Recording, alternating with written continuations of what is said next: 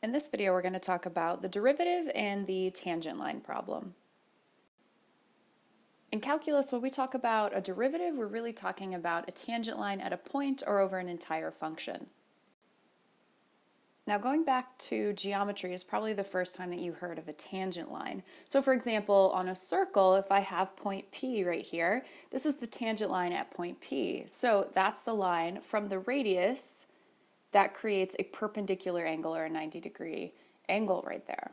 But when it comes to curves, essentially finding a tangent line is finding the slope of that tangent line at a point P, which is not as easy as just drawing a circle and finding a perpendicular line from the radius.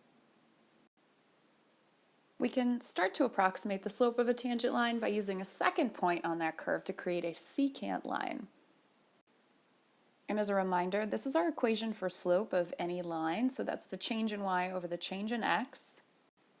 But since this is a little bit more sophisticated, I'm going to actually use some variables here that will represent something that we're going to call the difference quotient. So let's say we have a graph here, and we're going to start with x equals c. And so my next x value is going to be some delta x away, or some change in x values away. So we call that c plus delta x. So the corresponding y values, or my outputs, when I plug in just c, I'm going to get f of c. And then when I plug in this for my x, so c plus delta x, I'm going to get f of c plus delta x as my output.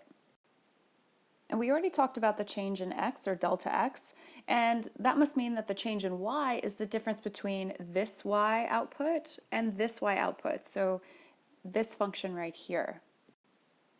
And if I use that notation in my slope formula, I'm going to get y2, which is this guy, put it right there, and I'm going to subtract the original y, or y1, and then I'm going to do the same thing with the x values on the bottom. I'm going to take the second x, which is our c plus delta x, and I'm going to subtract c from it.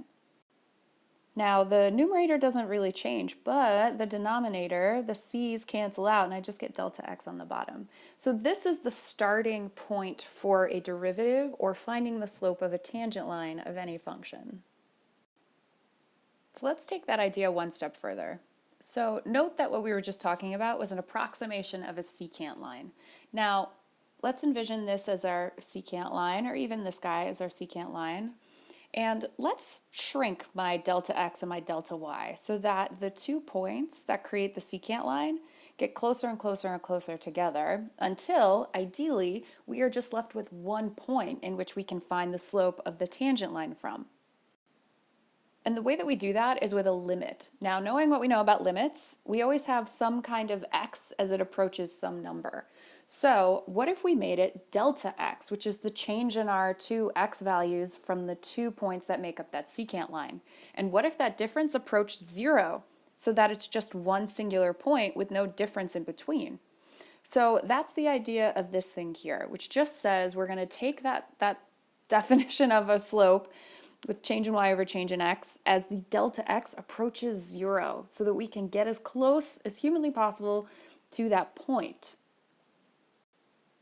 So really what that translates to is that definition of a slope that we had on the last slide. We're just adding the limit as delta x approaches 0. Let's start off with an easy example. So let's say I have this function, f of x equals 2x minus 3, a linear function. I bet you could tell me what the slope is right now, and that's going to be 2 because that's the thing in front of the x. Now, I want to see if we can find the slope of the tangent line at x equals 2. So I'm going to start with that definition of the slope of the tangent line using the limit as delta x approaches 0. So I'm going to plug in 2 here because I'm looking for x equals 2, and 2 here because that's what I'm going to plug into that function. So let's work this out and see what we end up with. So here's all my algebra. I plug in 2 plus delta x in for that x here, so I would multiply it by 2, subtract 3, etc. And I'm just going to plug in 2 in for x in that function. And a lot of things cancel, which is a theme you might start to notice in this video. And I can actually cancel out my delta x on top and bottom, so I'm left with 2 right here. And if I plug in 0 wherever I have a delta x, which there aren't any, I'm just left with 2, which is the same slope that we came up with at the beginning. Now let's use that same process, but for a nonlinear function. So it won't be as constant or as obvious as the line that we just looked at. So let's use a function f of x equals x squared plus 1, so a quadratic. And let's say, for example, I want to find the slope of the tangent line at x equals 0 and x equals -1. We can already see that those two slopes are going to be different. They create different tangent lines because we have a curve and not a line. So let's write this out. Something to note before I start this is that because I'm going to be looking at a nonlinear function and looking at multiple points for tangent lines, like x equals 0 and x equals -1, I'm actually going to find one equation in terms of c standing for constant, where I can just plug in 0 and -1 in the end. So here's what I've got here. So instead of just a number, I'm going to use c, which I can plug into later. Now let's work this out algebraically. Using the same process that we used in the last example, I'm going to plug in this expression in for x, square it out, add 1. Going to plug in just c here for x, and I just get c squared plus 1. I write all of this out, and a lot of these things cancel, and I'm able to pull out or factor out a delta x here, which helps me cancel out the numerator and the denominator. So really all I'm left with as an expression is delta x plus 2c, plug in 0 for delta x, and so the slope in terms of c, or any constant for x, is 2 times that constant, which allows me to plug in 0 or -1 or any x value that I want to know the slope of the tangent line on my curve. So for 0, plug that in, slope is going to be 0, which is modeled by this tangent line here, 0 slope. And then if I plug in -1, that slope of this guy is going to be -2. So it should come as no surprise that for any nonlinear function, so anything with a curve, the slope of a tangent line might change and probably will change depending on the x value that you're finding. So you may be asking, or maybe not, what happens when I have a vertical tangent line or a line that has a slope that's undefined? So unfortunately, the process that we've been using doesn't cover that. So that means that if you have a vertical tangent line, like something like you have this curve here, and if I pick this point C, which is what we call an inflection point, and I create a vertical tangent line where the slope is undefined, our limit could be infinity or -infinity. So just keep that in mind. Now would be a really good time to talk about the formal definition of a derivative, or what we call the act of differentiation in calculus. So this is what we've been talking about. This is the derivative of a function. So there's a lot of different ways that you can express the notation for derivatives. You might see something that looks like this, which is called f prime of x, or you could say dy over dx, which is the derivative of y in respect to x. You could also have y prime, or these are less common, but I did want you to see them. So if I was going to attach a lot of that notation to this definition, it would look something like this. You don't need to write all those things every single time. You can pick and choose, but I just wanted you to see these. So now let's apply that definition to finding derivatives of certain functions algebraically. So let's start off with a cubic. So let's do fx equals x cubed plus 2x. Just like the last couple examples, I'm going to use my definition, but this time I'm going to attach f prime of x. And now let's work this out. Now I'm going to take this moment to gently remind you that calculus is really algebra heavy. So here's what I did. I took x plus delta x, I plugged it in for x cubed and 2x here, and I worked it out, which we'll get to. And then I subtracted f of x, which is just this function here. A lot of things cancel, so I pull out a delta x and I'm left with this expression.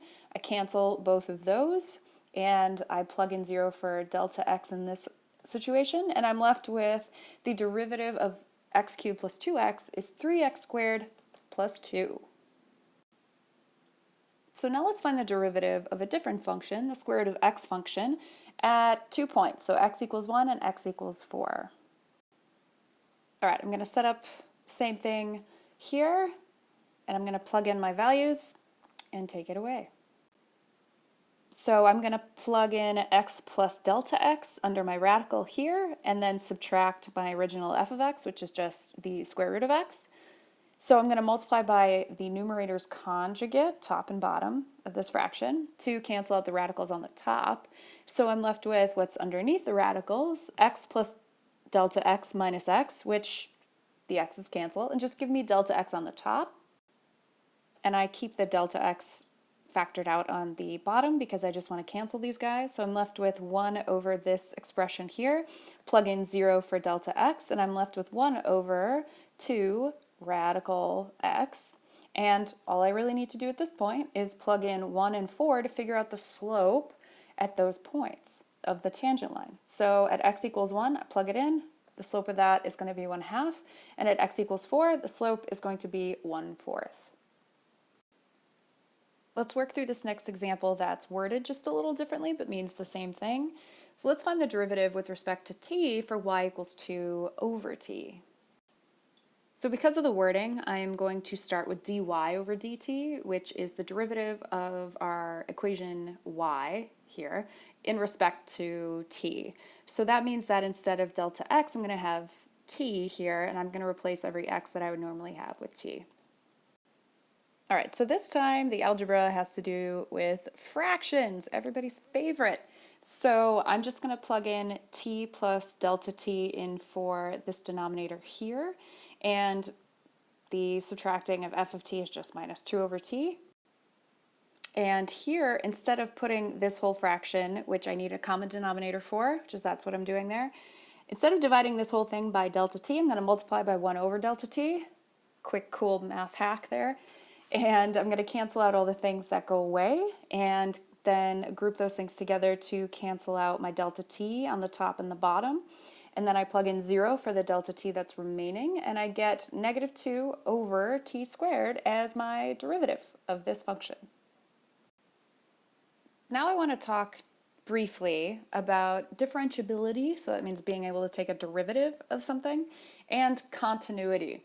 So you may see sometimes the alternative form of a derivative. So notice that I'm still subtracting two functions here, f of x minus f of c. Remember, c is a constant and the limit is going to be x approaches c. But instead of dividing by a delta x, I'm going to divide by x minus c. And what this explains right here with this graph is that the limit as it approaches c from the left and as it approaches c from the right has to both exist and be equal to each other in order for that to be differentiable and continuous. So here's an example of a graph with a sharp turn using that definition of a derivative for continuity's sake on this slide. So let's say that I have this function here. It's an absolute value function that's shifted to the right too. Now, it's got a sharp point right here. It's continuous, but it's not differentiable at this point here. And that's because the slope of the tangent line coming in from the left to x equals 2 is negative 1. And then the slope of that line as I'm coming in from the right is positive 1. Those two things are not equal. So although it's continuous, the derivative does not exist at x equals 2. Although we mentioned a vertical tangent line earlier in this video, I did want to bring it up again in respect to that new definition of the derivative as it pertains to continuity. So in terms of continuity, this function is continuous, but if I drew a tangent line here at x equals 0, it's vertical, it has an undefined slope, so therefore it is not differentiable at x equals 0, and that will tell us that along with a continuous function that has a sharp turn, like the previous example, and this guy that has a vertical tangent line at x equals 0, for example, those things are continuous, but they're not differentiable.